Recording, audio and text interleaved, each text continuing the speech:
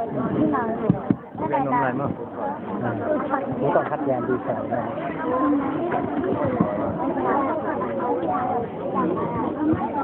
ไม่ข่าวตุ้งตีก็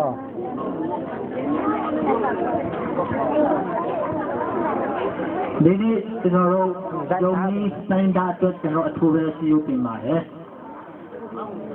ဘာလဲဆိုတော့ကျွန်တော်မြန်မာပြည်မှာมีမျိုးလို့လူမျိုးမပြုတ်လူမျိုးလို့လူမျိုးပြုတ်ဤဆိုသလိုကျွန်တော်ယုံကြည်တိုင်းတာတွေကိုအာဏာရှင်အစိုးရဆက်ဆက်ဒီနေ့ကနေဖြစ်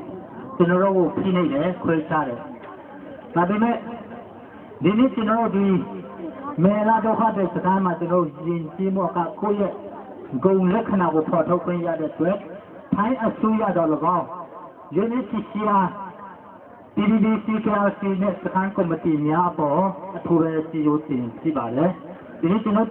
ကမဲ့တစ်ချင်တော့လာမွေဇိုလာမွေလို့ခေါ်ပါတယ်ပြီးတော့ဒါ